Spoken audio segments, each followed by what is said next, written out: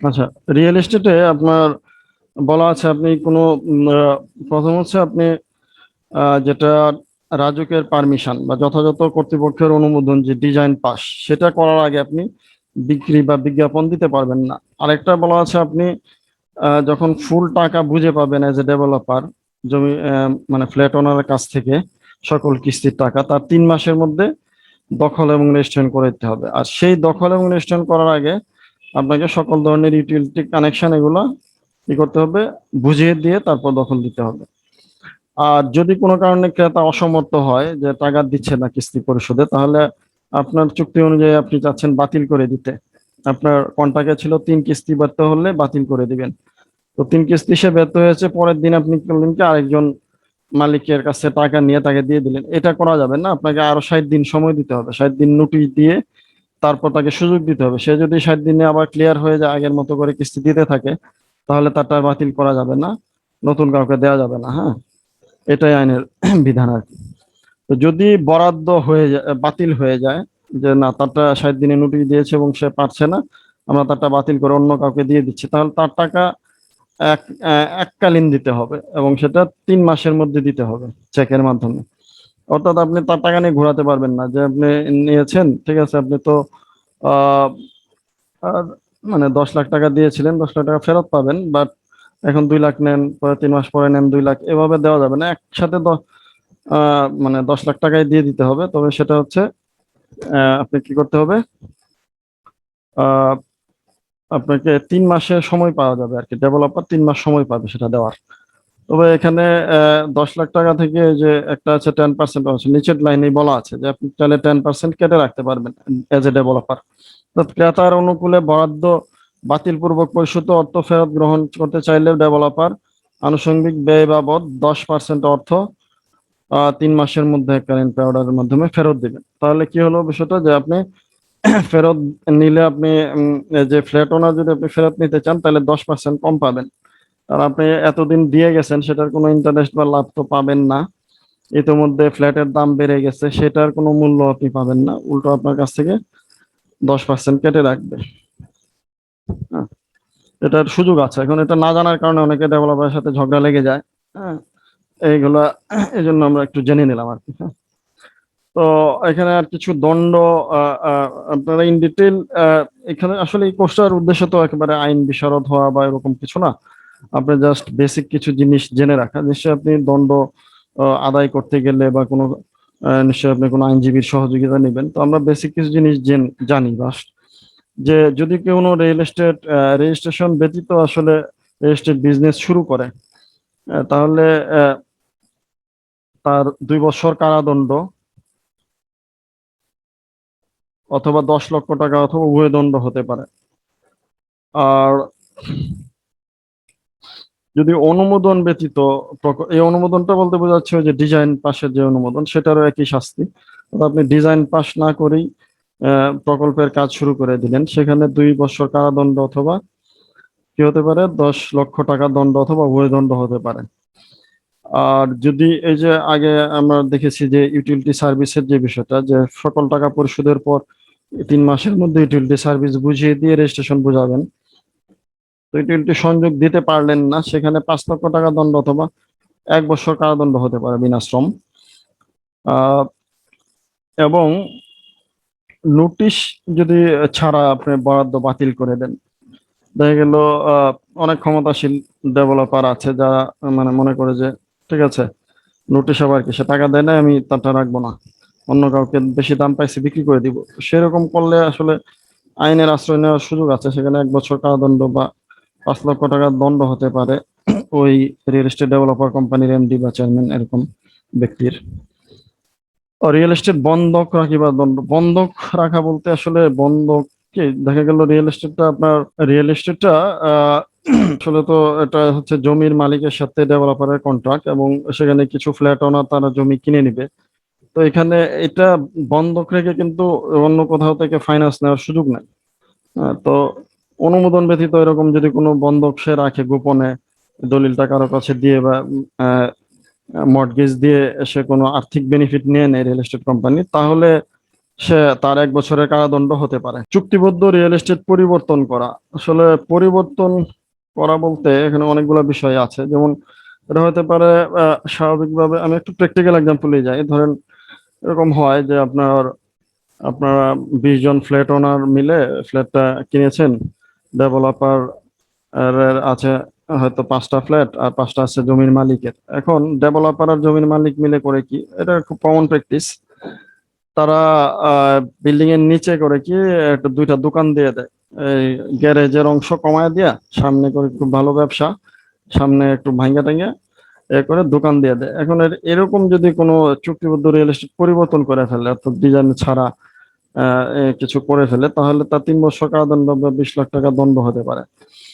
এবং প্রতিশ্রুত নির্মাণ উপকরণ যদি ব্যবহার না করে, অর্থাৎ যে মানের রড সিমেন্ট ব্যবহার করার কথা ছিল, যে ধরনের ফিটিংস দেওয়ার কথা ছিল, সেগুলো না করলেও ডেভেলপারের দণ্ড হতে পারে 3 বছর এবং 20 লক্ষ টাকা, অথবা উভয় দণ্ড দিতে পারে আদালত। অনুমোদিত নকশা বহির্ভূত নির্মাণের দণ্ড, যদি নকশায় নাই এরকম কিছু যদি করে থাকে, কোনো রুম বাড়ায় ফেললো বা বারান্দা করে ফেললো, বা ছাদের উপর একটা রুম করে ফেললো, হ্যাঁ, এরকম কিছু একটা করতে চাইলে তাদের 3 বছর কারাদণ্ড বা 20 লক্ষ টাকা দণ্ড দেওয়ার সুযোগ রয়েছে। তো ডেভেলপার কর্তৃক প্রতারণামূলক অপরাধের দণ্ড, অথবা ডেভেলপার, এখানে আইনে এরকম বর্ণনা আসে নাই, বাট কিছু এরকম কোনো প্রতারণা করলো, একজনের টাকা নিয়ে আরেকজনকে দিয়ে দিল, অথবা একই ফ্ল্যাট 2 জনকে আহ, আহ, মানে করে দিয়ে দিল, চুক্তি করে দিয়ে দিল, হ্যাঁ, 2 জনের কাছ থেকে টাকা নিয়ে নিল, অথবা দেখা গেল ডেভেলপার অংশ আছে 10টা, সে করলো কি 12টা বিক্রি করে দিল। তো এইরকম কাজ যদি ডেভেলপার করে থাকে কোনো প্রতারণা, তাহলে তার 2 বছর দণ্ড হতে পারে।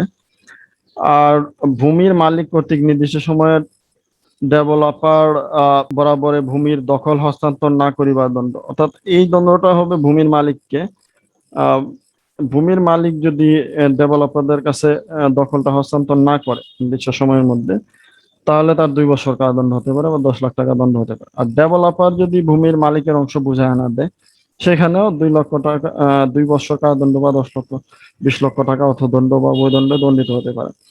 তো এটা আসলে এভাবে মুখস্থ করার একবারে কিছু নাই। আপনার যখন কোনো আইনের আশ্রয় নেওয়ার চিন্তা ভাবনা করবেন, নিশ্চয়ই কোনো আইনজীবীর পরামর্শ নেবেন, অথবা আপনি রিয়েল এস্টেট আইনটা নিজে একবার পড়ে নিবেন।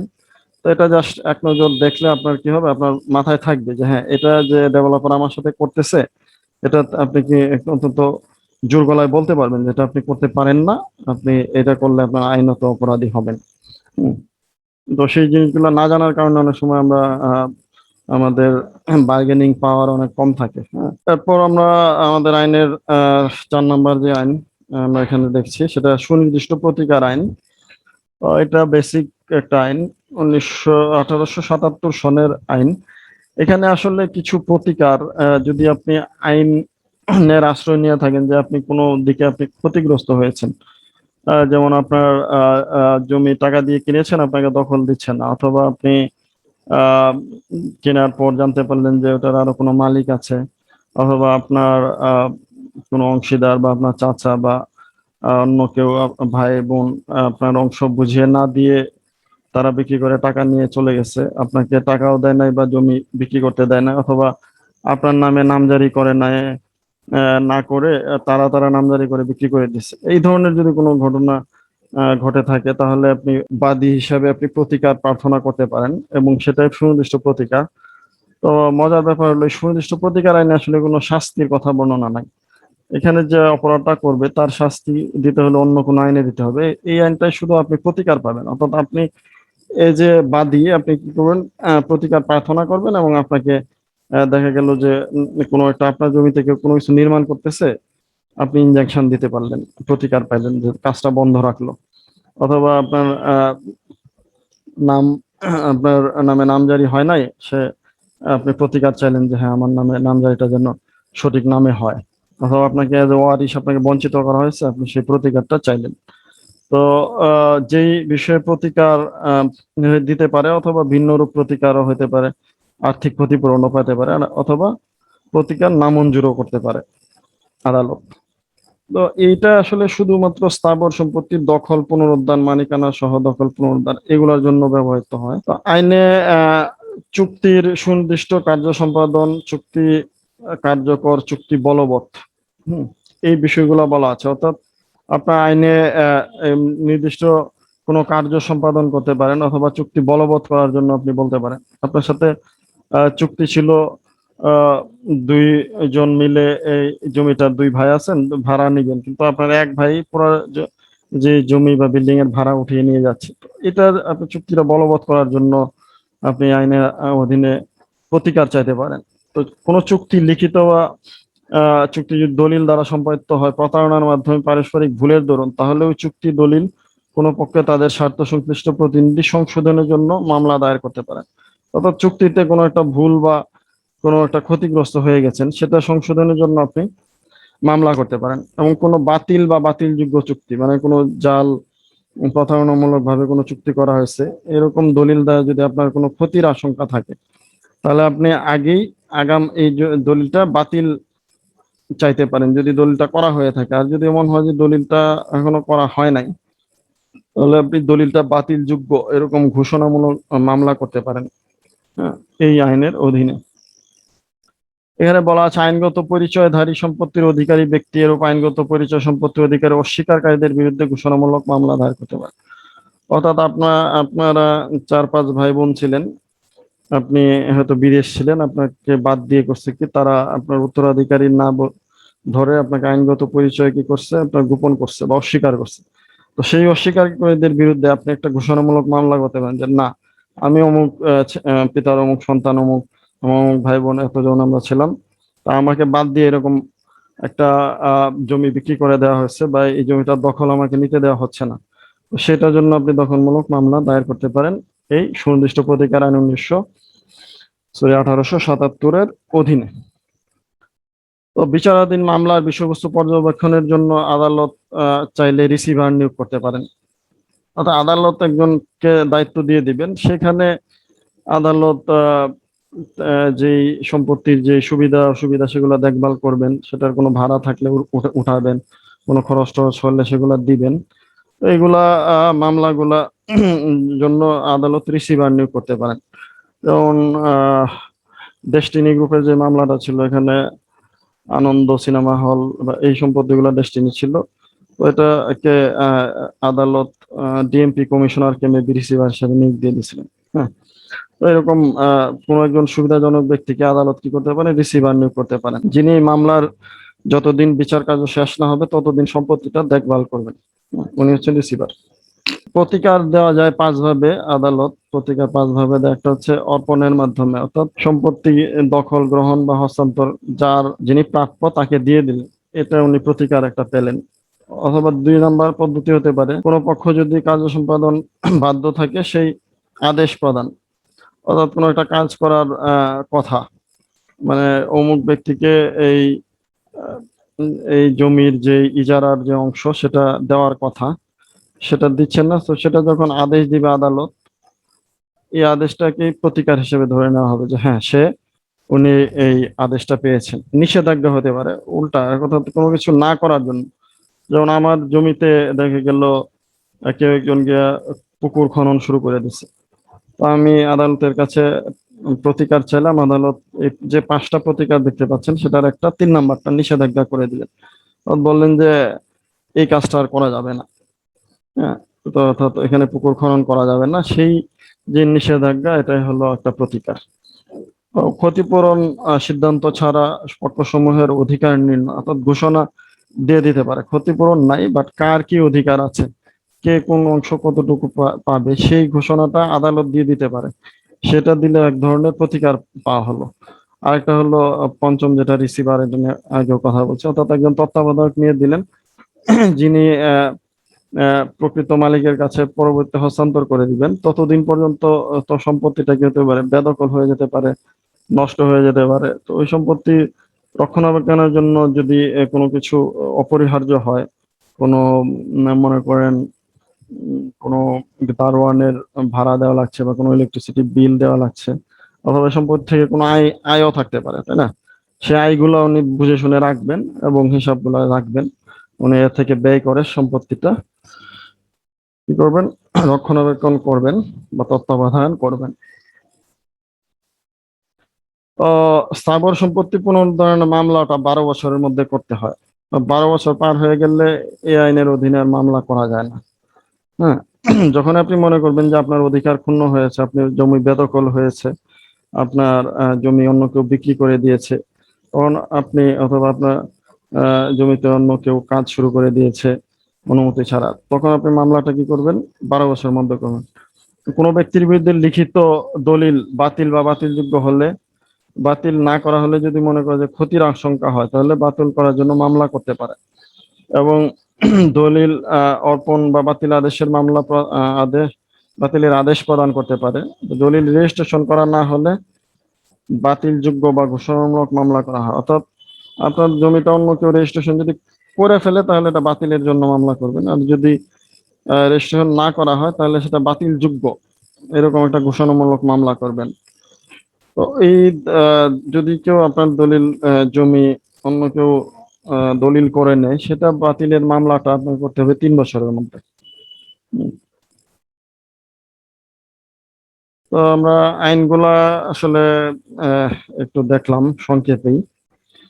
তো এখন আমরা চলে আসছি সম্পত্তি হস্তান্তর পদ্ধতিতে। তো সম্পত্তি হস্তান্তর পদ্ধতি এখানে আহ, দেখা যাচ্ছে 7টা পদ্ধতি আছে। একটা বিক্রয়, ইজারা বা ভাড়া, বিনিময়, গিফট। গিফটের মধ্যে দেখেন হেবা, দান, হেবা, বিলেওয়াজ, ওসিয়ত, উইল, এরকম 5টা আছে। হ্যাঁ, গিফটের অধীনে। আর বন্ধক আছে, উত্তরাধিকার সূত্রে আছে, আদালতের মাধ্যমে আছে। তো এখানে আমরা প্রতিটা পয়েন্টে একটু কথা বলবো।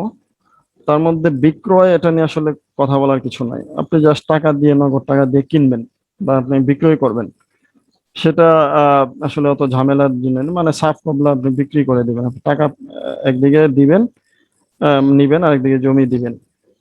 আর আদালতের মাধ্যমে এটা নিয়েও কথা বলার তেমন কিছু নাই। অর্থাৎ আদালত আপনাকে কোনো একটা আদেশের মাধ্যমে আপনাকে জমির মালিক করে দিল, আপনাকে ফেরত দিয়ে দিল। হ্যাঁ, তো সেটা আপনি আদালতের মাধ্যমে যখন হবেন, আদালতের ওই আদেশনামা বা রায়টায় ওইটা দিয়েই আপনি জমির জন্য নামজারি করতে পারবেন, অর্থাৎ জমির মালিক হতে পারবেন। তো এই দুইটা ঝামেলা কম। ইজারা বা ভাড়া, এটাও ইজি। মানে আপনি ভাড়া বা লিজ নামে সহজ, যেটা বাংলা আমরা লিজ নামে বেশি পরিচিত, অর্থাৎ লিজ দিয়ে থাকি বা লিজ নিয়ে থাকি। তো এইভাবে আপনি হস্তান্তর করতে পারেন। আর বিনিময়, এগুলো আমরা একটু দেখছি আস্তে আস্তে। তো ইজারা বা ভাড়া, এটা প্রকাশ্য বা উজ্জ্বলভাবে যদি চিরস্থায়ী ভাবে হতে পারে, অথবা এটা হতে পারে কোনো ফসলের ভাতা বা কার্য সম্পাদনের জন্য, কোনো একটা নির্দিষ্ট কাজের জন্য হতে পারে, অথবা শর্তাধীনও হতে পারে। এরকম আপনি 1 বছরের ঊর্ধ্বে ঊর্ধ্বে যদি হয়, তাহলে সেটা রেজিস্ট্রেশন করবেন। অর্থাৎ আপনি 5 বছরের জন্য কাউকে জমিটা ভাড়া দিবেন, একটা মাসিক ভাড়া হতে পারে বা বাৎসরিক ভাড়া হতে পারে, মানে লিজ হতে পারে, সেটা আপনি রেজিস্ট্রেশন করে ট্রান্সফার করতে পারেন তার কাছে জমিটা। তাহলে আপনার পরবর্তী বুঝে পেতে আবার সুবিধা হবে আর কি। সেটা তো এটার মধ্যে অত জটিলতা নাই, এই জন্য ইজারা বা ভাড়াটা আমরা বিস্তারিত বলছি না। বিনিময়টা, এটাও ইজি জিনিস। আপনার জাস্ট একদিকে আপনার একটা মৌজায় বা এক জায়গায় আপনার জমি আছে, আপনি সেটা ছেড়ে দিবেন, দিয়ে পাশাপাশি আপনি করলেন কি, অন্য আরেকটা ওই মালিকের কাছ থেকে নিয়ে নেন, অর্থাৎ নিজেরা ট্রান্সফার করে নিলেন। তো এটাকে আহ বিনিময়, অথবা আরবিতে বলে এওয়াজ। এওয়াজের দলিলটা কিন্তু রেজিস্ট্রেশন করতে হবে। আপনি মনে করলেন যে আপনি ওরকে দলিল দিয়ে দিলেন, বা দখল বুঝা নিয়ে আপনি বাড়ি করে ফেললেন, আর তার জমি আপনি বাড়ি করে ফেললেন, আপনার জমিতে সে করলো কি, সেও দখল নিয়ে আসে ধান গাছ লাগাই দিল বা কোনো একটা কাজ শুরু করে দিল, অর্থাৎ জমি ট্রান্সফার হয়ে গেল। তো এই ট্রান্সফারটা বা এওয়াজটা রেজিস্ট্রেশন করতে হবে। বিনিময় দলিল রেজিস্ট্রেশন আইনের অধীনে রেজিস্ট্রেশন করে নিবেন। এটা জাস্ট আপনার হয়তো পরিচিতই আছেন, জাস্ট নামটা জেনে রাখলেই হবে, এওয়াজ বা বিনিময় বা ট্রান্সফার দলিল। আর যেটা আছে গিফট, গিফটের মধ্যে হ্যাবা, হ্যাবা, বিল, আওয়াজ, এগুলো আমরা একটু বিস্তারিত জানবো। এগুলোর মধ্যে অনেকে প্যাচ লাগে আসলে, বুঝতেও ভুল করে যে কোনটা হ্যাবা বা দান বা হ্যাবা, বিল, আওয়াজ কি। এটা নিয়ে আমরা একটু কথা বলি। এখানে হেবাটা হচ্ছে মুসলিম আইনে হেবা, মানে হচ্ছে মুসলমান একজন অন্য মুসলমানকে কোনো একটা সম্পত্তি নিঃশর্তভাবে কাউকে দিয়ে দিবে কোনো কারণ ছাড়াই, এটাকে হেবা বলে। আর মুসলমান ছাড়া অন্য কাউকে দিলে অথবা মুসলিম ব্যক্তি ছাড়া কোনো হিন্দু ব্যক্তি যদি এরকম হেবা করতে চায়, এটাকে আমরা দান বলি। অর্থাৎ হেবা দান আসলে একই জিনিস, সেটা মুসলিম আইন এবং আহ মুসলমান ব্যতীত অন্য আইনের ক্ষেত্রে প্রযোজ্য আর কি। হ্যাঁ, তো যদি স্বেচ্ছাপ্রণোদিত হয়ে হস্তান্তর করে এবং সেটা যদি গ্রহণ করে, এখানে আসলে মূল শর্ত আছে একটাই, সেটা হলো আপনার যাকে দিবেন তার এটা দখল নিয়ে নিতে হবে বা গ্রহণ করতে হবে। আর আপনি যাকে দিচ্ছেন তার অস্তিত্ব থাকতে হবে, তার অস্তিত্ব নাই, সেই নামে কোনো লোক নাই তাকে দিয়ে দিচ্ছেন, এরকম হবে না। অথবা আপনি জীবিত নাই, তাহলে আপনি দিতে পারবেন। অর্থাৎ আপনি জীবিত থাকা অবস্থায় আপনার নামে আছে সম্পত্তিটা, সেটাও থাকতে হবে। আপনি আপনার দখলে এখনো আসেন নাই বা আপনার নামে নাই, এরকম সম্পত্তি হেবা করা যাবে না। হ্যাঁ, অর্থাৎ আপনি আহ কাউকে হেবা করবেন মানে মুসলমান হিসেবে অন্য একজন মুসলমানকে, সেটা আপনার আহ পারিবারিক কেউ হতে পারে, ভাই বোন, মা বাবা হতে পারে, ছেলে পুত্র কন্যা হতে পারে, স্ত্রী হতে পারে, তাকে আপনি দিয়ে দিবেন। তো সেটা আপনি হেবা করে দিতে পারেন। এখানে শর্ত বলছে তিনটা: একটা ঘোষণা প্রদান, অর্থাৎ আপনি ঘোষণা দিবেন বা দলিলটা রেজিস্ট্রি করবেন, আর অপরপক্ষ অ্যাকসেপ্ট করে নেবে। হ্যাঁ, আর দখল প্রদান করতে হবে। দান গ্রহণের পূর্বে গ্রহীতা মারা গেলে দান বাতিল হয়ে যাবে। অর্থাৎ আপনি আহ, দিছেন কিন্তু সে দখল করে নাই, সেরকম হলে আসলে দখলটা বাতিল হয়ে যেতে পারে, হেবাটা। হেবা আর হেবাবিল আওয়াজ, এটা একেবারেই কাছাকাছি। হেবাবিল আওয়াজ মানে কোনো একটা কিছুর বিনিময়ে, এখন সেই বিনিময়টা আসলে সম্পূর্ণ বা তুলনামূলক ওইরকম বিনিময় হতে হবে এমন না। যেমন আপনি 1 কোটি টাকা সম্পত্তি হেবা করতেছে, কিন্তু বিনিময়টা 1 কোটি টাকার কোনো একটা কিছু হইতে হবে এরকম না। বিনিময়টা আপনার কমও হতে পারে, অনেক কমও হতে পারে। যেমন আমাদের দেশে যেটা হয়, এক খণ্ড কোরআন শরীফ অথবা আহ একটা জায়নামাজ বা তসবি বা এরকম কোনো একটা কিছুর বিনিময়ে, এবং সেখানে আসলে দেখবেন ওই দলিলটাতে একটা শব্দ থাকে সন্তুষ্টি, মানে হচ্ছে যিনি হেবা বিল আওয়াজ করতেছেন তিনি সন্তুষ্ট হয়ে তার কাজকর্মে, হয়তো তাকে কোনো সেবা করেছে বা তার দেখভাল করেছে, বয়স্ক মানুষ হিসেবে বা রোগী হিসেবে তাকে সেবা শুশ্রূষা দিয়েছে, সে খুশি হয়ে অথবা সন্তুষ্ট হয়ে একটা তসবির বিনিময়ে সে করলো কি একটা সম্পত্তি দিয়ে দিল। তাহলে সেটা হেবা হেবা বিল আওয়াজের মধ্যে পার্থক্যটা হচ্ছে কোনো একটা কিছু বিনিময় হতে হবে আর নিঃশর্ত পরিণত করতে হবে। এবং হেওয়া বিল আওয়াজটা আবার প্রত্যাহার করা যাবে না। হ্যাঁ, যেহেতু আপনি কোনো একটা কিছু নিয়ে নিছেন, মানে তসবি বা কোরআন শরীফ নিয়ে নিয়েছেন, তাহলে আপনি যেহেতু বিনিময় গ্রহণ করেছেন, তাহলে দানটা বা হেবা বিল আওয়াজটা কি হয়েছে, কমপ্লিট হয়ে গেছে। তারপর আছে উইল বা ওসিয়ত। উইল আর ওসিয়ত দুইটা একই জিনিস। উইলটা হচ্ছে মুসলিমদের ক্ষেত্রে প্রযোজ্য, আর ওসিয়তটা হচ্ছে মুসলমান আইনের ক্ষেত্রে। এটা হচ্ছে কোনো ভবিষ্যৎ দান, অর্থাৎ আপনি আহ, আপনার মৃত্যুর পর কে পাবে আপনার সম্পত্তিটা, সেটা আপনি যদি কোথাও রেজিস্ট্রি করে লিখে দিয়ে যান, সেটা হচ্ছে কোনো স্থাবর সম্পত্তি, সেই সম্পত্তিটা কিভাবে বন্টন হবে, এটার আইনসম্মত ঘোষণাটাই হলো উইল বা ওসিয়ত। মুসলমানদের ক্ষেত্রে উইল, অন্যান্য ধর্মীয়দের ক্ষেত্রে হলো ওসিয়ত। উইলের শর্ত হচ্ছে সম্পত্তিটি বোঝার ক্ষমতা থাকতে হবে, এটা যে দান করতেছে মানে চলে যাচ্ছে আপনার কাছে দাতা, মানে আপনি এমন হলো যে আপনি একদম মৃত্যু সজ্জায় আছেন, হ্যাঁ, অথবা অজ্ঞান হয়ে পড়ে আছে, কোমায় চলে গেছে, মানে একবারে আইসিইউ তে আছে, এরকম লোক আসলে উইল অ্যাকসেপ্টেড হবে না। সে যে তার সম্পদটা যাচ্ছে তার একটু বুঝতে হবে, এই ক্ষমতাটা থাকতে হবে। অর্থাৎ যে সাব রেজিস্ট্রার এটা লিখিত করবেন অথবা যে ম্যাজিস্ট্রেট এটা নিবেন, সেটা উনি খেয়াল করবেন। এবং উইলকারীর ইচ্ছা সুস্পষ্ট নির্ণয়যোগ্য হতে হবে, অর্থাৎ কোন জিনিসটা দিচ্ছে কোনটা, এটা সুস্পষ্ট হতে হবে। আর দাতার মৃত্যুর পর উইল কার্যকর হবে। উইলের পূর্বে সে যদি ওই সম্পত্তি অন্য কাউকে আবার বিক্রি করে দেয়, তাহলে উইলটা কিন্তু আর কার্যকর থাকছে না বা ওসিয়তটা কার্যকর থাকছে না। উইলটা করেছে কিন্তু এর আগে সে আবার হেবা করে দিয়েছে, তাহলে ওই হেবাটাই ফাইনাল হবে, উইলটা থাকবে না।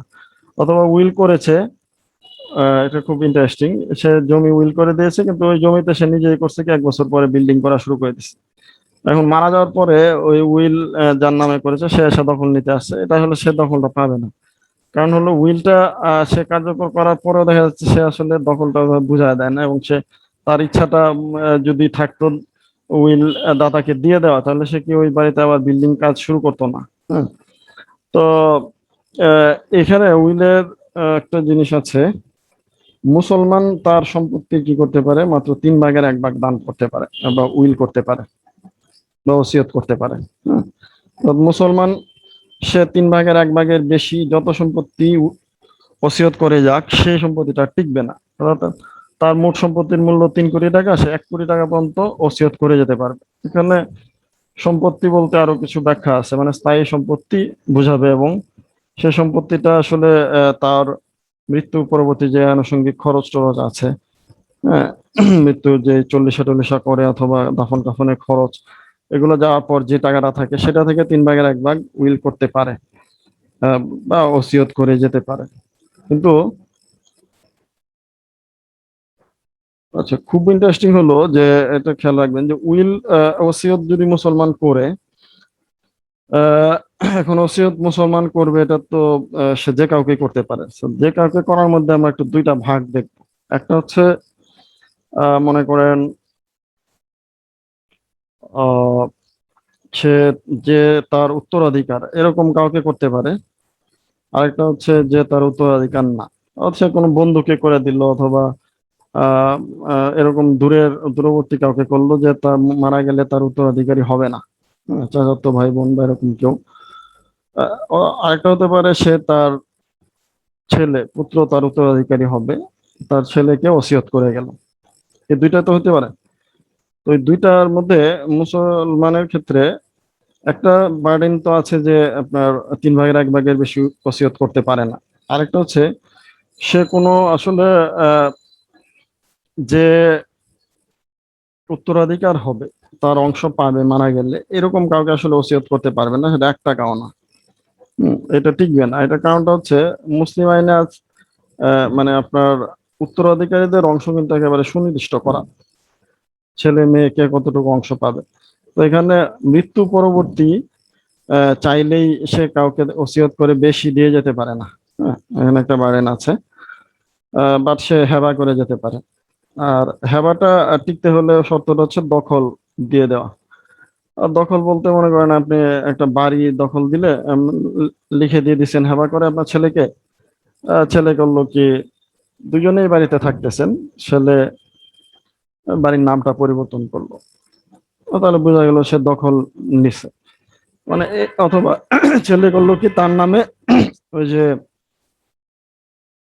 কি থাকে আপনার গ্যাস বিল কারেন্ট বিল থাকে না, এগুলা করলো কি নিজের নামে ট্রান্সফার করে নিল, এতে বোঝা গেল ছেলে দখল নিয়ে নিছে, অর্থাৎ হেবাটা কমপ্লিট হয়ে গেছে। হ্যাঁ। তো আর ওসিয়তটা আবার একটু রিপিট করি, ওসিয়তটা হচ্ছে মুসলমান ওসিয়ত 3 ভাগের 1 ভাগের বেশি করতে পারবে না। আর মুসলমান ওসিয়ত যদি তার উত্তরাধিকারী কাউকে করে তাহলে এটা টিকবে না, অর্থাৎ 1 টাকাও ওসিয়ত করে যেতে পারবে না তার কোনো উত্তরাধিকারী, অর্থাৎ উত্তরাধিকারী হবে না এমন কাউকে করতে পারবে 3 ভাগের 1 ভাগ পর্যন্ত। আর উইল ওসিয়ত একই, হিন্দুদের ক্ষেত্রে বা অন্য ধর্মাবলম্বীর ক্ষেত্রে উইল হবে, মুসলমানদের ক্ষেত্রে ওসিয়ত হবে।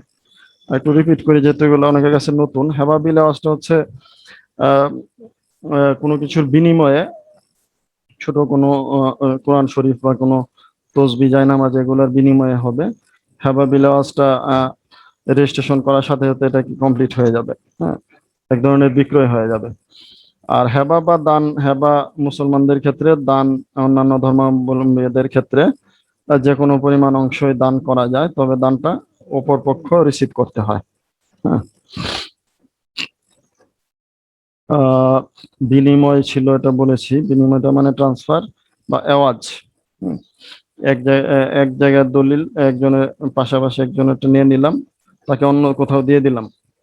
এটার একটু কমন এক্সাম্পল হচ্ছে আমরা যখন একটা লম্বা একটা বড় জমি কিনি, পিছনে যারা থাকে তারা কি করে, রাস্তা চায়। এখন রাস্তা আপনি হয়তো বিক্রি করবেন না, হ্যাঁ, আপনাকে এওয়াজ করে নিতে পারেন, মানে আপনার লম্বা লম্বি আপনাকে পিছন থেকে রাস্তা ছেড়ে দিলেন, আর আপনি একই পরিমাণ জায়গা আপনি অন্যদিকে নিয়ে নিলেন, এভাবে আওয়াজ, এটা খুব কমন। বাট এই আওয়াজটা আপনাদের প্রতি পরামর্শ হলো এটা রেজিস্ট্রেশন করে নেবেন। হ্যাঁ, ইজারা বা ভাড়া এগুলা বলেছি, মানে লিজ দেওয়া আর কি, এটাও রেজিস্ট্রেশন করে নেবেন। তো এখানে একটা আছে জাস্ট বন্ধক। আচ্ছা, বন্ধকটাও সরি, বন্ধকটাও এরকম বলার কিছু নাই, এটা নিয়ে স্লাইড করি নাই। বন্ধক মানে আপনি মর্টগেজ দিলেন আর কি ব্যাংকের কাছে কোনো একটা ঋণের বিপরীতে। তো এটা একটু জাস্ট জেনে রাখা যে আপনি চাইলে ব্যাংক ছাড়া অন্য কোনো ব্যক্তিও চাইলে মর্টগেজ নিতে পারে। হ্যাঁ, আমরা কমনলি ব্যাংক বা আর্থিক প্রতিষ্ঠানকে বন্ধক দিয়ে থাকি। মনে করেন আপনি আপনার একজন আত্মীয়কে বা বন্ধুকে আপনি 10 কোটি টাকা ঋণ দিবেন, সে ব্যবসা করবে, আপনি চাইলে ওই বন্ধুর 15 কোটি টাকার সম্পত্তি বন্ধক নিয়ে রাখতে পারেন আপনার সেফটির জন্য। আর আমরা উত্তরাধিকার সূত্রে এটা একটু দেখবো জাস্ট। উত্তরাধিকার সূত্রে এখানে 2-3টা পয়েন্ট আমরা কথা বলবো। একটা হচ্ছে নাবালক ও অভিভাবক। আপনি উত্তরাধিকার সূত্রে যদি জমির কাউকে দিতে চান বা কারো কোনোভাবে মালিক হন, এখানে একটু খেয়াল রাখবেন নাবালক মানে একদম সহজ ভাষায় 18 বছর যার পূর্ণ হয় নাই এরকম ব্যক্তি নাবালক। আর অভিভাবক হচ্ছে ওনার গার্জিয়ান। এখন নাবালকের সম্পত্তি আপনারা কি করবেন, নাবালক কি সম্পত্তি হস্তান্তর করতে পারেন না, বিক্রি বা বন্ধক মর্টগেজ এগুলো দিতে পারেন। অর্থাৎ মনে করেন আপনার আহ আহ ছেলে মেয়েরা নাবালক আছে, মানে হাজবেন্ড মারা যাওয়ার পরে ওয়াইফ রেজিস্ট্রেশন দিবে, ছেলে মেয়েরা রেজিস্ট্রেশন এরকম দিতে পারবে না শিশুরা। হ্যাঁ, তো শিশুর পক্ষে একজন অভিভাবক দিবে। এখন জানার বিষয় যেটা, এটা হলো অভিভাবক তাহলে কে হবে। এখানে আইনগত অভিভাবক বা ন্যাচারাল গার্জিয়ান, এটা হচ্ছে 4 জন। 1 নাম্বার হচ্ছে বাবা, 2 নাম্বার বাবা কর্তৃক নিযুক্ত প্রতিনিধি, 3 নাম্বার দাদা, দাদা কর্তৃক নিযুক্ত প্রতিনিধি। এখন নিযুক্ত প্রতিনিধি রেজিস্ট্রেশন করে এভাবে আসলে মানে ওসিয়তনামায় উল্লেখ করে খুব কমে আমাদের সমাজে এভাবে দিয়ে যায়। অর্থাৎ বাবা হবেন আইনগত প্রতিনিধি আর দাদা। এখন স্বাভাবিক অর্থে যেটা দেখা যায়, বাবা মারা গেলে আসলে দাদা হয়তো জীবিত থাকে না। হ্যাঁ, তাহলে আইনগত প্রতিনিধি কিন্তু থাকছে না। অর্থাৎ কোনো শিশুর মা যদি মারা যায়, হ্যাঁ, এবং সেই শিশুর মায়ের সম্পত্তিটা তো শিশু পেল, তো ওই শিশুর নামে যে সম্পত্তিটা আসলো মার অংশটা, সেই মার অংশটা শিশু তো ট্রান্সফার করতে পারবে না নাবালক হিসেবে, তার শিশুর বাবা কি করতে পারবে, বিক্রি করতে পারবে, সে যেহেতু আইনগত অভিভাবক। এখন যদি বাবা না থাকে তাহলে আইনগত অভিভাবক মা না, মার কথা কিন্তু আইনে কোথাও বলা না এখানে। তো সেখানে দেখেন মা যেহেতু আইনগত অভিভাবক না, এখন আমাদের ক্ষেত্রে না জানার কারণে অনেক সময় যেটা হয়, আমরা একটা বাবা মারা যাওয়ার পরে সম্পত্তিটা স্ত্রীর কাছ থেকে আমরা লিখিত নিয়ে নিই। এখন আহ, উম, ওই মারা যাওয়ার পরে মায়ের কাছ থেকে যে আমরা লিখিত নিলাম, ওই মা কিন্তু ওই শিশু সন্তান যে আছে, ছেলে এক মেয়ে, ওদের কিন্তু আইনগত অভিভাবক না, অর্থাৎ ওদের অংশটা উনি লিখিত দিতে পারেন না, কিন্তু আমরা নিয়ে নিছি না বুঝে। আর এসব ক্ষেত্রে যেটা হবে আপনার, এটা দলিলটা আসলে টিকবে না। অর্থাৎ ওই অংশটা যদি পরবর্তীতে ওই নাবালক দাবি করে যে না আমার অংশ, আমার বাবার সম্পত্তি আমি বিক্রি করি নাই, তাহলে কিন্তু এটা আপনি ফেরত দিতে বাধ্য। হুম। তো এই জন্য খুব সাবধানে আপনাকে নাবালকের সম্পত্তি কেনার সময় দেখতে হবে আইনগত অভিভাবক বাবা আছেন কিনা। মার কাছ থেকে নেওয়া যাবে না। আর অনেক সময় আপনারা অনেক সময় আমরা কোনো খেয়াল না করে যে মার কাছ থেকে নিয়ে নিই, ওরা ভালো মানুষ, ছেলে মেয়ে, মানে আমার অনেক ক্ষমতা, এরা তো কিছুই করতে পারবেন না, নিয়ে নিলাম। তো আপনি জানেন না যে পরবর্তীতে দেখা গেল ওই যেই নাবালকের সম্পত্তি আপনি নিলেন মায়ের কাছ থেকে লিখে, সেই আহ নাবালকের লোকে বিয়ে হলো বা অন্য কোথাও ছেলে মেয়ে হলো, ও কোনো এক ওয়ারিশ আয়সা করলো, কি ওটা খুঁজে বের করলো, বের করে কিন্তু আপনার নাম মামলা করতে পারে এবং ওই জমির দখল ওই অংশ নিয়ে নিতে পারে। তো এই জন্য নাবালকের সম্পত্তি ক্রয় ক্ষেত্রে খুব সাবধান থাকতে হবে। হ্যাঁ, আর যদি কোনো ভুল হয়ে যায় যে কিনে নিছেন এরকম, তখন আপনার যেটা করতে হবে 18 বছর হওয়ার পর ওই ছেলে বা মেয়ের কাছ থেকে আবার লিখিত নিতে হবে, সম্পত্তিটা পুনরায় কিনতে হবে আপনার, যদি আপনি ডিডটাকে আহ মানে টাইটেলটাকে সঠিক রাখতে চান। নাইলে আপনার টাইটেলটা মানে ফল্টি হয়ে থাকবে। হুম। তো এখন আইনগত অভিভাবক বাবা যেহেতু বা দাদা, বাবা নাই দাদাও নাই, মাও যেহেতু আইন অভিভাবক না, তাহলে সাধারণত আইনগত অভিভাবক হবে আদালত কর্তৃক নিযুক্ত। অর্থাৎ আদালতে আবেদন করবে কেউ একজন অভিভাবক হওয়ার জন্য, অথবা আদালত স্বপ্রণীত হয়ে কাউকে অভিভাবক হিসেবে নিযুক্ত করবে, এবং সেই অভিভাবক কি করবে, ওই সম্পত্তি বিক্রয় করতে পারবে, তার নামে ক্রয় বিক্রয়। তো আদালত অভিভাবক নিযুক্ত করে আসলে দুইটা ভাবে, একটা হচ্ছে শরীর আর একটা হচ্ছে সম্পত্তি। শরীর মানে বোঝা যাচ্ছে বডির উপর, অর্থাৎ জিম্মাদার হয়, মানে ছেলে বা মেয়ে যে নাবালক বাচ্চাটা আসলে কার কাছে থাকবে এটার একটা অভিভাবক হতে পারে, অথবা দুইটারই অভিভাবক হতে পারে। যে এই ছেলেটা কার কাছে থাকবে এটা বলা আছে, মার কাছে থাকবে অথবা চাচার কাছে থাকবে, এবং এই সম্পত্তি তার নামে যে সম্পদগুলো আছে সেগুলো দেখভাল করবে, কেনাবেচা করতে পারবে কে, সেটা আদালত বলে দিল। তাহলে আদালত হচ্ছে অভিভাবক হিসেবে শরীরের জিম্মাদারি এবং সম্পত্তি ক্রয় বিক্রয়ের জন্য একজনকে নিযুক্ত করলো, সেটা মা, খালা, চাচি, চাচা, ভাই, যে কেউ হতে পারে। তা এরকম অভিভাবককে আমরা আদালত কর্তৃক নিযুক্ত অভিভাবক বলবো। তাহলে বাবা না থাকলে আমরা আদালত নিযুক্ত অভিভাবক ছাড়া কারোর সাথে লেনদেন করব না।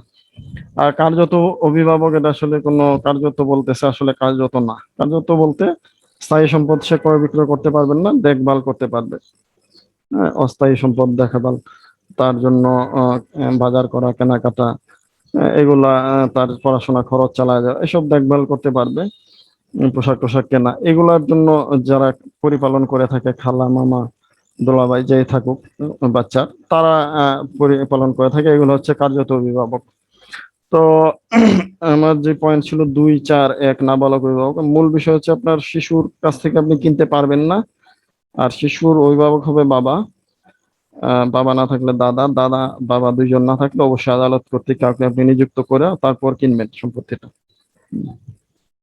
ওয়ারিশান সনদ, এটা ওয়ারিশান সনদ হচ্ছে মৃত্যুর পরবর্তীতে কে কে অংশীদার আছে, তার ওয়ারিশান কে আছে, ছেলে মেয়ে বা চাচা কারা আছে, ভাই বোন, এই ওয়ারিশানটা জন্য আসলে প্রথমে লাগে আপনার একটা মৃত্যু সনদ। তো মৃত্যু সনদের উপর নির্ভর করে ওয়ারিশান সনদটা হবে, কে দিবে, আহ পৌরসভা, সিটি কর্পোরেশন বা ইউনিয়ন পরিষদ। এটা অবশ্যই, এবং এটা কিন্তু এখন আমাদের ন্যাশনাল সার্ভার আছে, সেখানে রেজিস্টার থাকে। হ্যাঁ, এটা যাচাই করা যায়। ওয়ারিশান সনদটার জন্য আপনি আবেদন করতে হয়, আহ, যিনি মারা গেছেন তার পক্ষের কেউ একজন ওয়ারিশান আবেদন করবেন, এবং কে কে অংশীদার হবেন, ওয়ারিশ আছেন, তাদের সব ভোটার আইডি, ছবি টবি দিয়ে আবেদন করলে সেখান থেকে একজন ওয়ারিশান সনদ, এটা পৌরসভার চেয়ারম্যান স্বাক্ষর করে দিয়ে দিবেন। তো ওয়ারিশান সনদ তো আরেকটা হতে পারে, এটা হচ্ছে আদালত থেকে। তো আদালতেও কেউ মামলা করতে পারে এই ওয়ারিশান সনদের জন্য, কে কতটুকু অংশ, সেখান থেকেও দিতে পারে। এই দুইটা হতে পারে। ওয়ারিশান সনদে আপনি ওয়ারিশানদের নাম দেখলেন। ওয়ারিশান সনদ দেখার আগে আপনি অবশ্যই অবশ্যই এক নাম্বার হচ্ছে আপনি মৃত্যুর তারিখটা দেখবেন। দেখা গেল মৃত্যুর তারিখ ভুল হইতে পারে।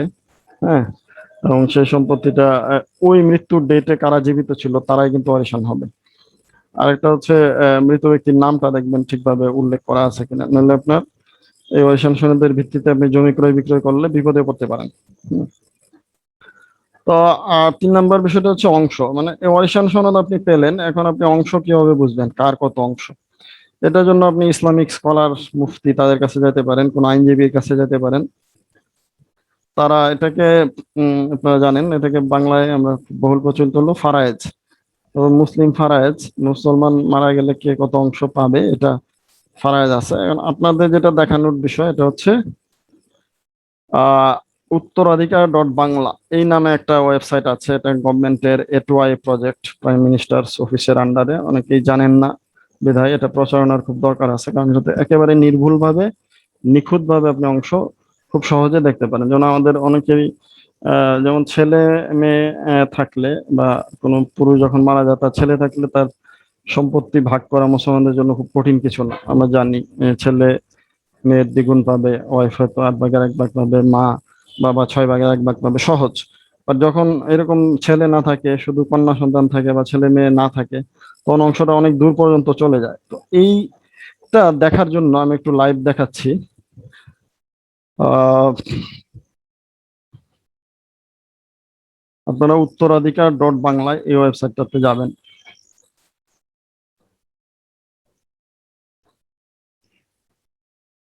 স্ক্রিনটা দেখা যাচ্ছে নিশ্চয়ই। বাংলাতে লিখবেন ইউনিকোডে উত্তরাধিকার.বাংলা লিখলে এই সাইটটা আসবে।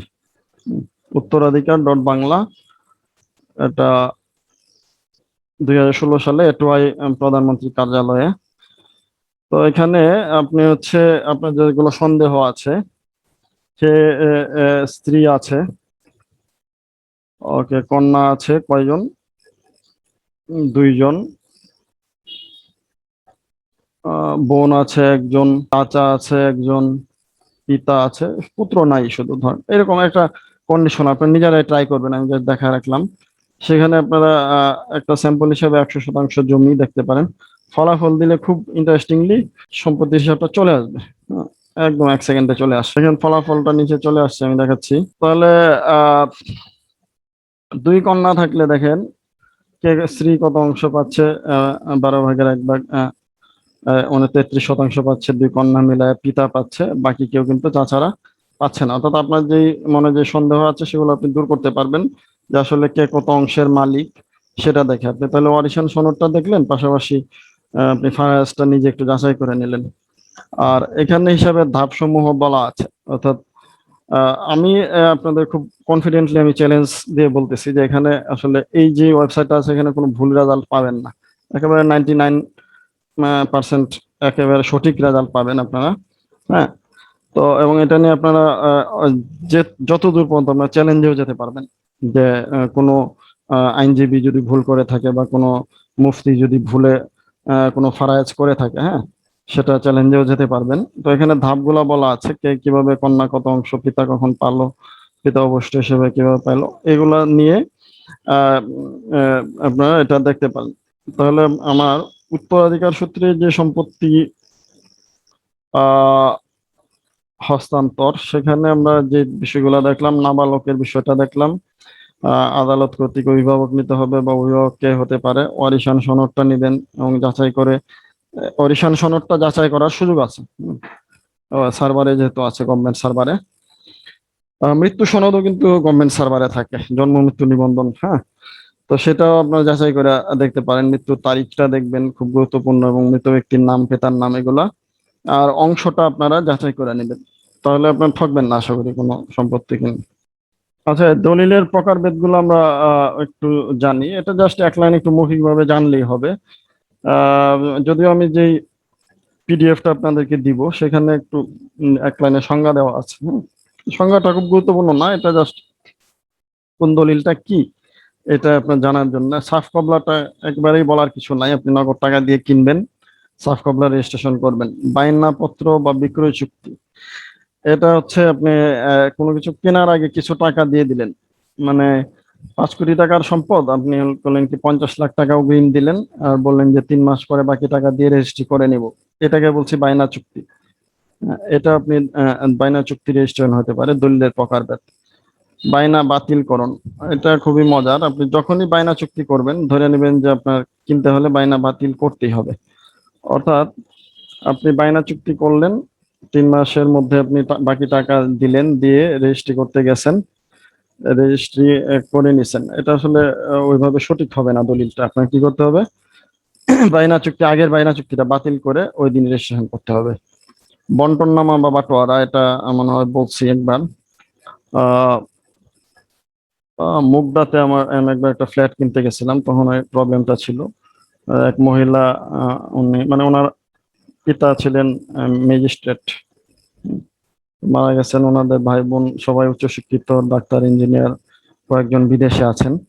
তো উনি ওনার ফ্ল্যাটটা, ওনার ফাদার ডেভেলপারের সাথে কন্ট্যাক্ট করে যান এবং ডেভেলপার অর্ধেক ফ্ল্যাট বুঝাই দেন। তখন ওই যে অর্ধেক ফ্ল্যাট, 9টা ফ্ল্যাট ওনার পাইছিলেন, 9টা ফ্ল্যাট ওনার 6 ভাই বোন মিলে দখল নিয়ে নিছেন। নিয়ে সিটি কর্পোরেশনে ইয়ে করে তারা মানে হোল্ডিং ট্যাক্স দেওয়া শুরু করছেন। এখন যখন কিনতে গেলাম তখন দেখা গেল যে আসলে উনি বাটোয়ারা দলিলটা করেন নাই। অর্থাৎ উনি এজ এ মেয়ে, হ্যাঁ, ওই ফাদার ম্যাজিস্ট্রেটের মেয়ে হিসেবে উনি কিন্তু জমির মালিক, সেটা ঠিক আছে, উনি ফ্ল্যাটের মালিক, কিন্তু উনি ঠিক কোন ফ্ল্যাটটার মালিক, B1 B2 নাকি C4, কোন ফ্ল্যাটটার মালিক, এটা কিন্তু বাটোয়ারা দলিল না হওয়া পর্যন্ত বোঝা যাবে না। এখন পরবর্তীতে দেখা গেল ওনার 2 ভাই বিদেশ থাকেন, এর মধ্যে এক ভাই বিদেশে মারা গেছেন, এবং ওই ভাইয়েরও ছেলে মেয়ে আছে, ওয়াইফ আছে, ওরা কোনোদিনও আর দেশে আসবেন না। এখন এমন অবস্থায় এই বাটোয়ারা দলিলটা কিন্তু আর করা সম্ভব হচ্ছে না। তো ওনার মানে একটা লিগ্যাল সম্পত্তি দেখা গেল, মানে বৈধ সম্পত্তি অবৈধ মতো হয়ে গেল। হ্যাঁ, বাটোয়ারা দলিলটা না করার কারণে। তো যাই হোক, এরপর আছে বিনিময়, এক্সচেঞ্জ বাই আওয়াজ। এটা আমরা বলছি যখন আপনি পিছন থেকে জমি কিনেন, পরবর্তী রাস্তা চান, সেখানে আপনার পাশে রাস্তা দিয়ে দিল এবং পিছন থেকে একটু জায়গা আপনি ছেড়ে দিলেন, অথবা আপনি পুরো একটা জমির অংশই ছেড়ে দিলেন, দিয়ে অন্যদিকে নিয়ে নিলেন। তো এই রেজিস্ট্রিটা করবেন, বলবেন যে আমি এওয়াজ রেজিস্ট্রি করব। হেবার ঘোষণাপত্র, এটা আহ, আপনার যখন কোনো মুসলমান হিসেবে আপনি কোনো উত্তরাধিকারীর কে কোনো হেবা দিবেন, তখন এটাকে বলবে হেবার ঘোষণাপত্র। অর্থাৎ হেবা করছেন, সেটা ঘোষণাপত্র দলিল করতে হবে। দানপত্র দলিল হতে পারে আহ, হেবার মতোই, অমুসলিম ব্যক্তিকে যদি দান করেন, অথবা অমুসলিম ব্যক্তি কর্তৃক যদি কোনো দান করে থাকেন। হেবা বিল এওয়াজ, এটা আগে আমরা কথা বলছি। হেবা বিল এওয়াজ মানে কোনো কিছুর বিনিময়ে, সামান্য কোনো একটা কিছুর বিনিময়ে আপনি করলেন, সেটা হেবা বিল এওয়াজ দলিল হবে। মর্টগেজ বা বন্ধক, আহ এখানে মর্টগেজ বা বন্ধক মানে ওই যেটা বললাম, যে আপনি বেশি পরিমাণ টাকা কাউকে ঋণ দিলে সেটা মর্টগেজ করতে পারেন, বা ব্যাংকের অনুকূলেও করতে পারেন। তো এখানে যদিও মনে হয় নাই, উম, তাও বলি, মর্টগেজ বা বন্ধক, একটা মর্টগেজ বন্ধক অবশ্য একটা বাতিলের দলিল করতে হয়, মর্টগেজ ক্যান্সেলেশন। হ্যাঁ, এটা খেয়াল রাখবেন। না রাখলে কি হবে, আপনি একটা জমি 5 বছরের জন্য ব্যাংকে মর্টগেজ দিছিলেন, সরি মানে ঋণ নিয়ে মর্টগেজ দিছিলেন, ঋণ ফেরত দিয়ে মর্টগেজ রিডেমশন করলেন, যেটা পরবর্তীটা দেখাচ্ছে বন্ধক মুক্তি।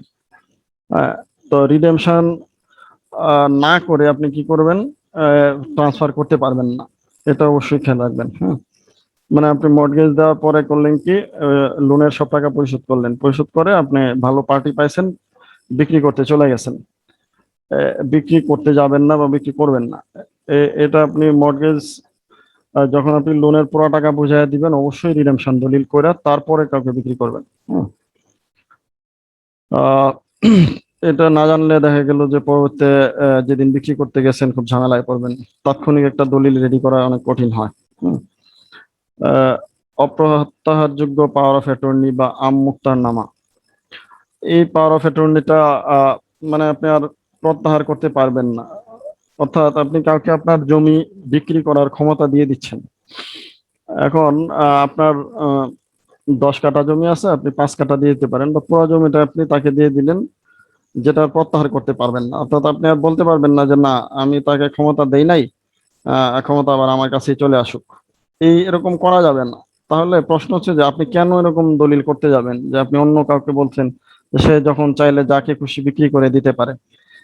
তো এটার উত্তর হচ্ছে একটাই, যে আপনি অবশ্যই তার কাছ থেকে কোনো একটা বিনিময় আগে পেয়ে নেবেন। অর্থাৎ আপনি তার কাছে ওইটার পুরা মূল্যই হয়তো আপনি বুঝে পাইছেন।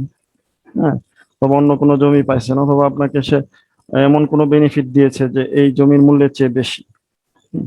তাহলে এটা আপনি পাওয়ার অফ অ্যাটর্নি করে দিলেন তার নামে। সেটা সাধারণ পাওয়ার অফ অ্যাটর্নি হতে পারে, ও সে বিক্রি করতে পারবে না, ও সে দেখভাল করতে পারবে, সে হোল্ডিং ট্যাক্স গুলা দিতে পারবে, যে জমির বা ফ্ল্যাটের যেই গ্যাস বিল, কারেন্ট বিল, এগুলা দিতে পারবে, সাধারণ দেখাশোনা করতে পারবে। এগুলোর জন্য সাধারণ পাওয়ার অফ অ্যাটর্নি করতে পারেন। আর পাওয়ার অফ অ্যাটর্নি বাতিলকরণ, এটা হচ্ছে আপনি যখন পাওয়ার অফ অ্যাটর্নি করবেন, আহ, সেটা পাওয়ার অফ অ্যাটর্নিটা বাতিল করে নেবেন আবার যখন কাউকে দিবেন। হ্যাঁ, পুনরায় যখন কাউকে সেটা মর্টগেজ দিতে যাবেন অথবা আপনি বিক্রি করতে যাবেন, তখন তার আগে বাতিল করে নেবেন। তার মানে আপনি যখন মর্টগেজ করবেন, তখন আপনি ধরে নেবেন আপনাকে একটা রিডেমশন দলিল করতে হবে। আবার পাওয়ার অফ অ্যাটর্নি যখন করবেন, তখন ধরে নেবেন একটা পাওয়ার অফ অ্যাটর্নি বাতিল আপনাকে দলিল করতে হবে। এরপর আছে ওয়াকফ। ওয়াকফ মানে আপনি ওয়াকফ এস্টেট গভর্নমেন্টের এটা দেখভাল করে, মানে সাবিলিল্লাহ, আল্লাহর রাস্তায় আপনি দিয়ে দিলেন কোনো মসজিদ, মাদ্রাসা এরকম, বা এটা কি বলে, কবরস্থান, বা এরকম কোনো ধর্মীয় উদ্দেশ্যে আপনি দিতে পারেন। ওয়াকফ করে, ওয়াকফ করলে আর বাতিল করা যায় না, ওয়াকফ আহ, করতে পারেন। আর একটা ওয়াকফের একটা সম পর্যায়ের একটা আছে দেবোত্তর সম্পত্তি। এটা ওয়াকফের মতোই, মানে হিন্দুরা যখন কোনো মন্দির পূজা অর্চনার উদ্দেশ্যে কোনো সম্পত্তি, মন্দির বা কোনো আশ্রম বা এরকম কোনো প্রতিষ্ঠানকে দিয়ে দেয়, এটা ওয়াকফ মানে দেবোত্তর সম্পত্তি রেজিস্ট্রি করা হয়। আর উইল রেজিস্ট্রি, উইল বা ওসিয়ত, এটা নিয়ে তো আমরা কথা বলছি। উইল দলিল করতে পারেন, মৃত্যুর পূর্বে করে যাবেন, আপনার মৃত্যুর পর কে পাবে সেটা। আহ এখানে একটা কথা একটু বলতে ভুলে গেছিলাম, যে হেবার যে বিষয়টা, আপনি হেবা, ডেথ বেড নামে একটা টার্ম আছে, লিগ্যাল টার্ম, বা ডেথ বেড মানে মৃত্যু শয্যায় যদি কেউ থাকে। এখন আছে আপনার সন্তানকে আপনি এনি টাইম হেবা করে যেতে পারেন, হ্যাঁ, কিন্তু যদি আপনি মৃত্যু শয্যায় থাকেন, অর্থাৎ আপনার জীবিত হওয়ার সম্ভাবনা খুব কম, আপনি ক্যান্সার বা এরকম কোনো আইসিইউতে আছেন বা এরকম কোনো অবস্থায় আছেন, এটা চান্স খুবই কম, এরকম অবস্থায় আপনি হেবা করলে এই হেবাটা উইলের মতো হয়ে যাবে, আমার ওসিয়ত হয়ে যাবে। হুম, এটা খেয়াল রাখবেন। অর্থাৎ হেবাটা আসলে করতে হবে আপনাকে সুস্থ জীবিত থাকা অবস্থায়। উইল ওসিয়ত তো বললাম একই জিনিস। নাদা বিবা মুক্তিপত্র, এটা আপনার যদি এরকম হয় যে আপনার নামে ভুলে কোনো দলিলে কোনো একটা অংশ, মনে করেন কোনো একটা খতিয়ানে আপনার নামে উঠে গেছে, বা পর্চা আপনার নামে চলে আসছে, এটা আপনি এটার মালিক না, অথবা আপনি 5 কাঠার মালিক, আপনার নামে 6 কাঠার এই মানে ইয়া হয়ে গেছে, খতিয়ান হয়ে গেছে, তখন আপনি করলেন কি, এটা নাদা বিপত্র করে দিয়ে দিতে পারেন। এটা অবশ্য অত কমন না আমাদের ক্ষেত্রে। আর চুক্তিপত্র, দলিল, রেজিস্ট্রি, এটা শরিকানা চুক্তি করতে পারেন আপনারা চাইলে। কোনো একটা কাজ আপনারা কিভাবে দেখভাল করবেন, এগুলা যে কোনো চুক্তি দলিল রেজিস্ট্রি করা যায়। জীবন সত্য দান, এটা খুব আনকমন। জীবন সত্য মানে যাকে আপনি দিবেন সে যতদিন জীবিত থাকবে ততদিন সে ভোগ দখল করবে, সে মারা যাওয়ার সাথে সাথে ওই সম্পত্তি আবার আপনার নামেই চলে আসবে। এরকম আহ আহ ইয়া মনে হয় আমাদের খুব কমই হয়। হ্যাঁ, জীবন সত্য দানটা কি তাহলে, মানে আপনি যাকে দিচ্ছেন সে যতদিন জীবিত থাকবে সে ভোগ দখল করবে, ভাড়া তুলবে, থাকবে, সবই করবে, সে মারা যাওয়ার সাথে সাথে এই সম্পত্তিটা কি হবে, আবার আপনার নামে চলে আসবে। দেনমোহরের পরিবর্তে হাওয়া বিলেওয়াজ, এটা মুসলমান দ্বারা করে, সাধারণত দাতা হবে অবশ্যই কোনো স্বামী, তার স্ত্রীকে দেনমোহর যে টাকাটা বাকি আছে, হ্যাঁ, সেই টাকাটা পরিবর্তে সে হাওয়া বিলেওয়াজ করে দিবে। অর্থাৎ দেনমোহরে সে ছিল 10 লাখ টাকা তার স্ত্রীকে দিবে, সে করলো কি, ওই 10 লাখ টাকা না দিয়ে একটা জমি দিয়ে দিল, এবং জমিতে লিখে দিল যে এটা দেনমোহরের পরিবর্তে, তাহলে ওই দলিলের প্রকারভেদ হবে দেনমোহরের পরিবর্তে হেবা বিলেওয়াজ। আর ভ্রম সংশোধন দলিল, এটা খুব কমন দলিল, প্রায় দলিলে ভুল হয়, দাগ নাম্বার, খতিয়ান নাম্বার যখন ভুল ওঠে, হ্যাঁ, জমির মালিকের নামের কোনো একটা অংশ ভুল উঠলো, তখন ভ্রম সংশোধন দলিল করতে হয়। ভ্রম সংশোধন দলিল করলে যারা আগে মূল দলিলটা যারা করেছিল, যে দলিলটা ভুল হয়েছে, সেই দলিল যারা করেছিল তাদেরকে আবার আসতে হবে। এটা মানে ক্ষেত্রে খুব কঠিন। অর্থাৎ আপনি একজনের কাছে কিনে নিছেন, তারপর দাগ নাম্বার ভুল হয়েছে, তারপর সেই লোকের কাছে গিয়ে ঘুরতেছেন, সে আর আসে না, মানে টাকা চায়, যে না আমি আর যাবো না। যদিও এটার পরবর্তী এটা আপনি আদালতের মাধ্যমে করতে পারেন, তো এত ডিটেল আমার আসলে আলোচনার বিষয়বস্তু না, আদালতে কিভাবে করবেন। মানে আপনার ভ্রম সংশোধন দলিল, আপনার যদি দাতা গ্রহীতা উভয় রাজি থাকে, তাহলে আপনারা চাইলে যেই অংশটা ভুল হয়েছে সেটা উল্লেখপূর্বক ভ্রম সংশোধন দলিল করতে পারেন। অর্থাৎ আপনার যদি দাগ খতিয়ান ভুল থাকে, তাহলে দেখবেন আপনি কি মিউটেশন করতে পারছেন না, পরবর্তীতে খাজনা দিতে পারছেন না। তো এসব ঝামেলার কারণে, অথবা আপনি ব্যাংকে মর্টগেজ নিচ্ছে না, কোথাও লোন নিতে পারছেন না, অনেক সমস্যা হচ্ছে আপনার দলিলে ভুল থাকার কারণে। তো ভুলটা আপনি সংশোধন করে একটা দলিল করে নেবেন। ট্রাস্ট ডিড, এটা যদি কোনো ট্রাস্ট কে আপনি সম্পদ দিয়ে থাকেন, এটা ট্রাস্ট ডিডের মাধ্যমে করবেন। ট্রাস্ট পরিচালনাকারী যারা ট্রাস্টি, তাদেরকে দেওয়া হবে।